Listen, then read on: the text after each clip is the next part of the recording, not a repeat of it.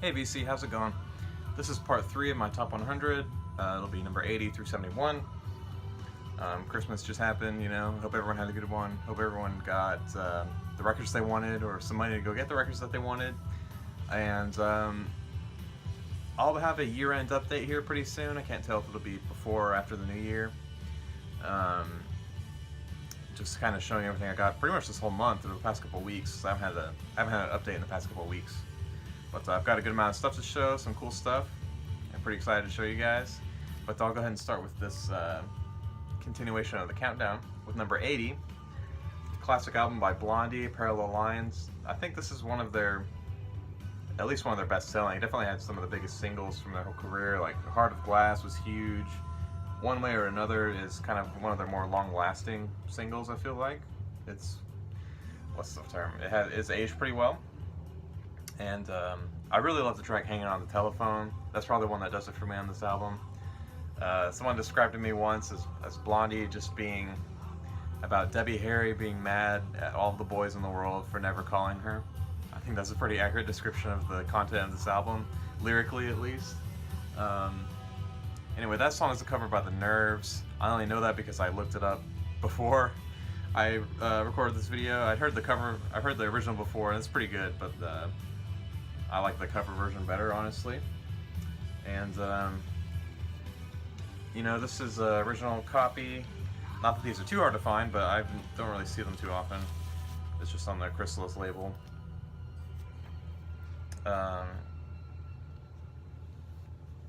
You know, kind of selling out by this point. Blondie kind of shying away from their CBGB sort of punk roots, but I enjoy this album. One of my favorites by theirs, or one of my favorite of theirs. Next up, The World is a Beautiful Place, I'm No Longer Afraid to Die. This album's called Harmlessness. This one's from 2015, I think. This is their first one when they signed to Epitaph. They just had a new one this year. Anyway, it's a double album. It's on this cool white with purple swirl, purple marble kind of thing. Pretty cool. And they kept the original label designs from their old label, which was Top Shelf Records. Just kind of keep a cool continuity going. Anyway, this band, I guess you could throw them in with the emo revival sort of thing I always talk about. Definitely more on the sort of post-rock side. They have some longer tracks that kind of have like a Sigur Rós or a Godspeed, Black Emperor vibe. Explosions in the Sky is obviously a huge influence on them with the kinds of guitar effects they use. But yeah, this is their last one with one of their main singers, or not singer, one of their main songwriters slash guitar players. I forget their name. I guess the track to try out on this one, just go for the song January 10th, 2014. It's a great song about a sort of loosely based around this vigilante woman in Mexico who she murdered a lot of rapists, I guess, that went unconvicted. It's kind of like an anthem about vigilante justice, I guess. Cool song, cool band. They have a great sound. What is this now? I Always Lose Count Immediately. 78. This is classic Pink Floyd album, Animals. This is a lot of people's favorite by them.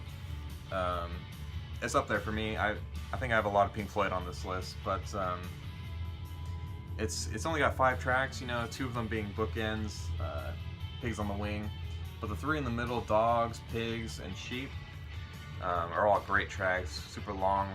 I think Pigs is like 8 minutes. Dogs takes up the majority of the first side. It's like 17 minutes, and then Sheep is, you know, again like 10 or 11 minutes. But the song Dogs in itself, I mean, if that was the only track on here, it would still probably be in this exact same position. It's such a great track. Kind of a reverse engineering of Animal Farm by George Orwell, you know, which was kind of a criticism of like communism, or at least the Soviet Union, and then that's kind of reversed on here to be a criticism of capitalism, using the exact same metaphor. It's pretty clever. Next up, again, losing count immediately. 77, Stone Roses, self-titled, 1989. This is what we're listening to in the background here on CD. I've had this CD for a little while now. But you know, recently, if you've been watching my videos, I recently picked this up on my Austin trip. It's in that video. And this is kind of a stellar pressing. It's on double 45 RPM vinyl. Super heavy. I forget the label. This was done by Modern Classics Recordings and distributed by Light in the Attic. But as you can hear, it's kind of like jangly, alternative. It's kind of a great transition for British rock, going between like the 80s into the 90s. So kind of a gap between like the great alternative bands like the Smiths and the Cure, going into more of the Britpop stuff like, you know, Oasis and Blur. I accidentally made a poem there, wow. But as you can hear, kind of a great unique voice, great guitar playing, great drumming, bass playing. They're kind of just, you know, one of those perfect band lineups. I don't remember anybody's name. Probably my favorite track on here is Made of Stone, honestly. I know I'm moving kind of quickly. I'm going to film a couple videos today. Next up, Elliott Smith's fourth album, XO. This is again, if you're watching my channel, I've only got this recently. I've had this on CD for a while, but this is a recent reissue from Bong Load Custom Records. Mine is numbered out of 2016. Mine's number 491. You can kind of see right there. But you know, this is a classic Elliott Smith album. He is going a little bit more into the kind of I mean, you know, you think of Elliott Smith, you think of like Either Or being just kind of, you know, gentle acoustic ballads and things like that. But this one is going more into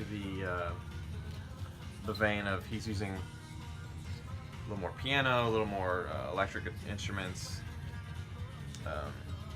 I guess the most famous track off of here is Waltz Number 2. Let me double check, make sure that's the correct title. Yeah, Waltz Number 2, parentheses XO. If you want to get a feel for this album, just check that song out.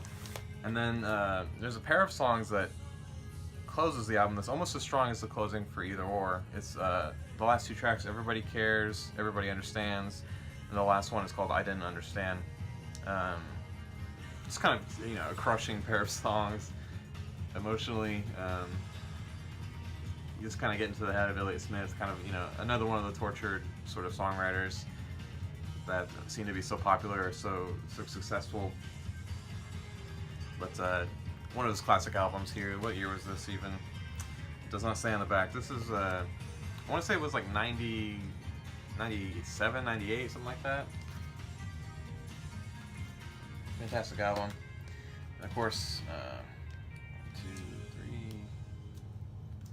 I think this is 75. I talk about this album all the time, so I probably won't talk about it for too long. This is Father John Misty's I Love You Honey Bear, and I've definitely shown it on here before.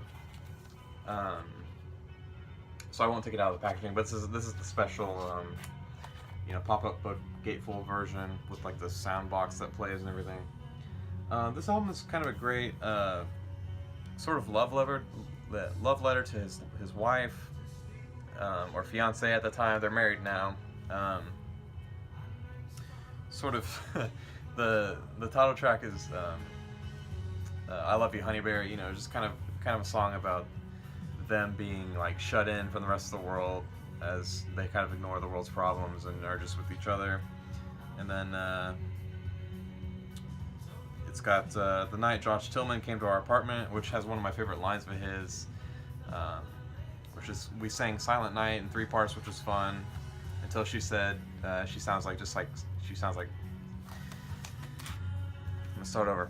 Sang Silent Night in 3 parts, which was fun, until she said she sounds just like Sarah Vaughan.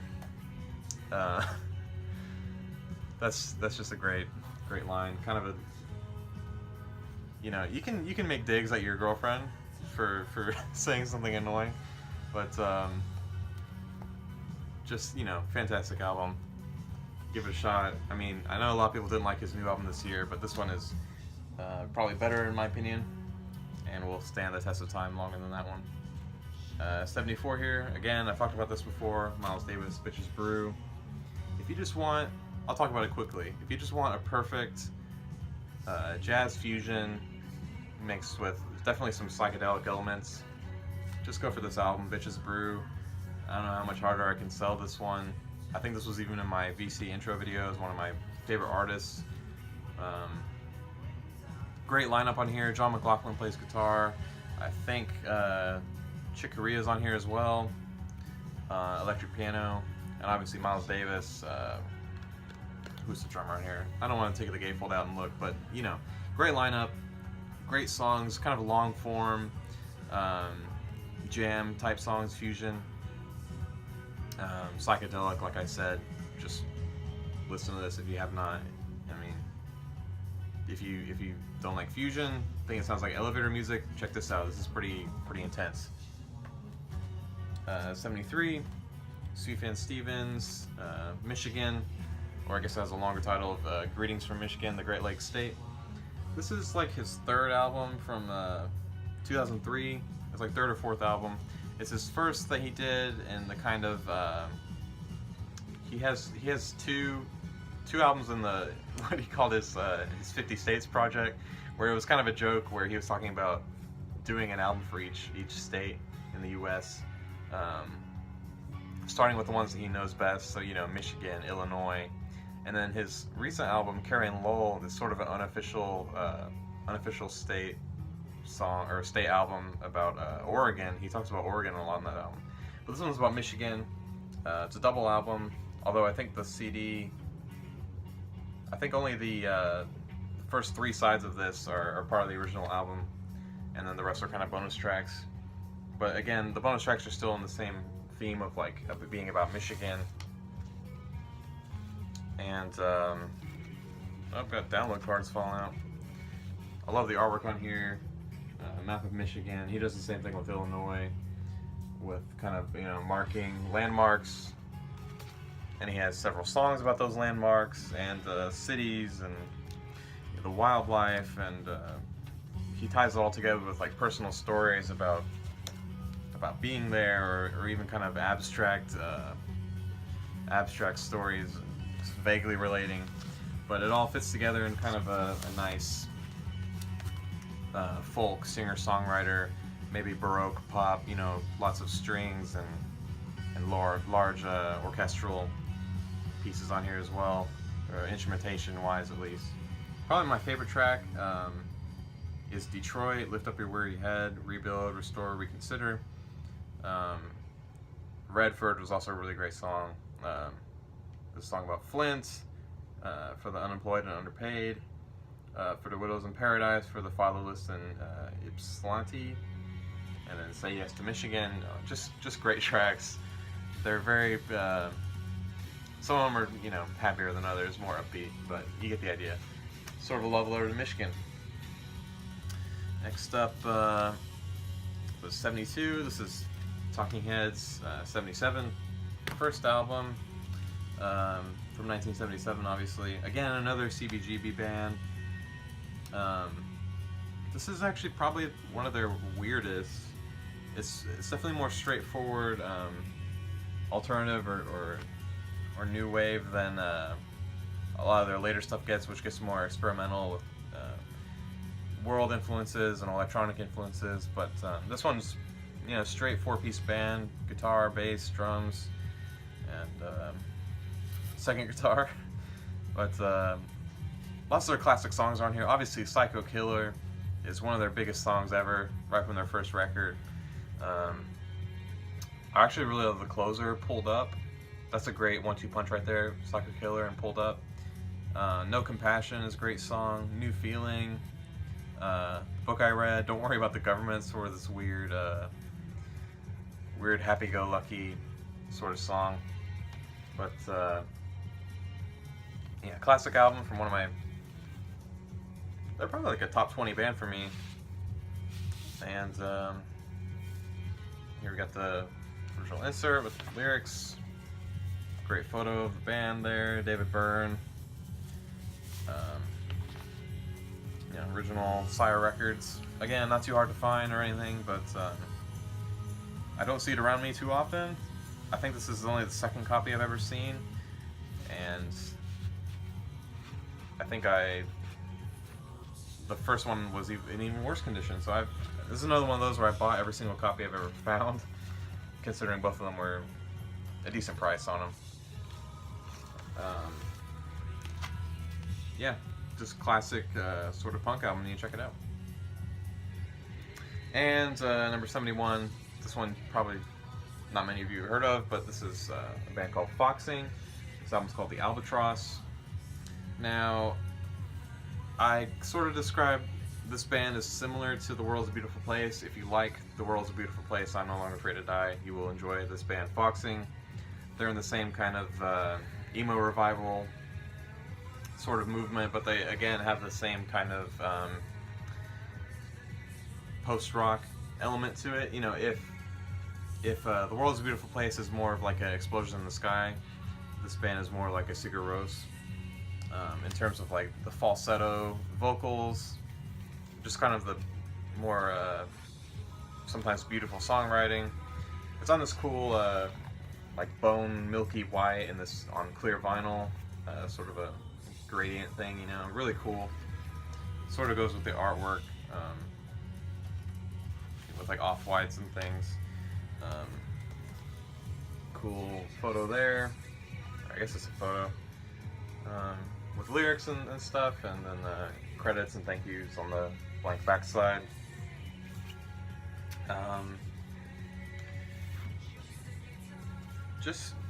I would suggest just putting on, the first song, Inuit, and if you find yourself enjoying that, just kind of let the album keep flowing. This is one of those where it's sort of an experience to listen to the whole thing, and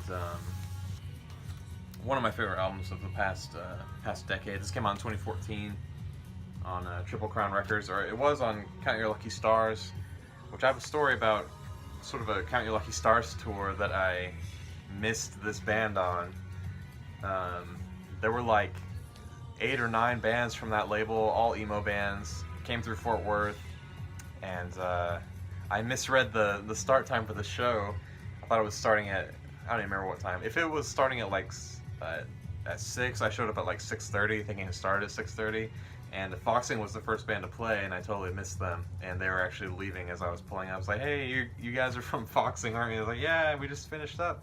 Like, that's my bad, But I bought the record, not then, but I think I bought this in 2016. This is like a repress from 2016. Finally got around to getting it after buying their second one, which is also really good.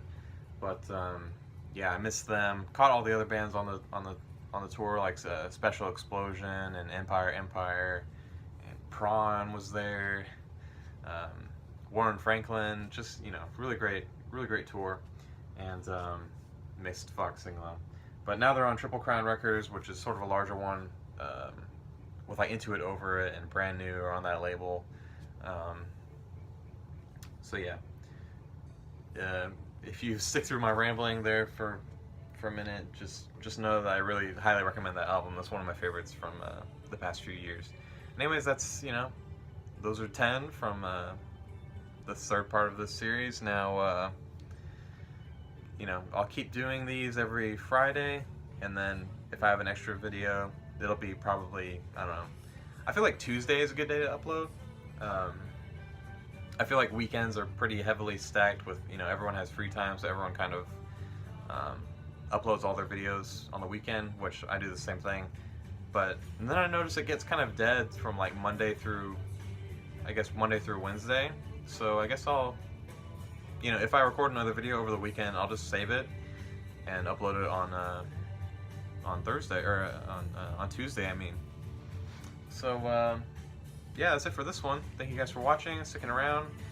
Thanks for all the comments and positive feedback I've been getting for this series and my channel in general. I'm getting really close to 200, which again doesn't mean anything, but it's just kind of exciting. And Andrew apparently just passed 500, so I'm looking forward to seeing what his contest is once he re-uploads that. I think he got in some trouble there with some music in the background or something. Got a copyright strike. Anyways, thanks for watching and everything. Take care. See ya.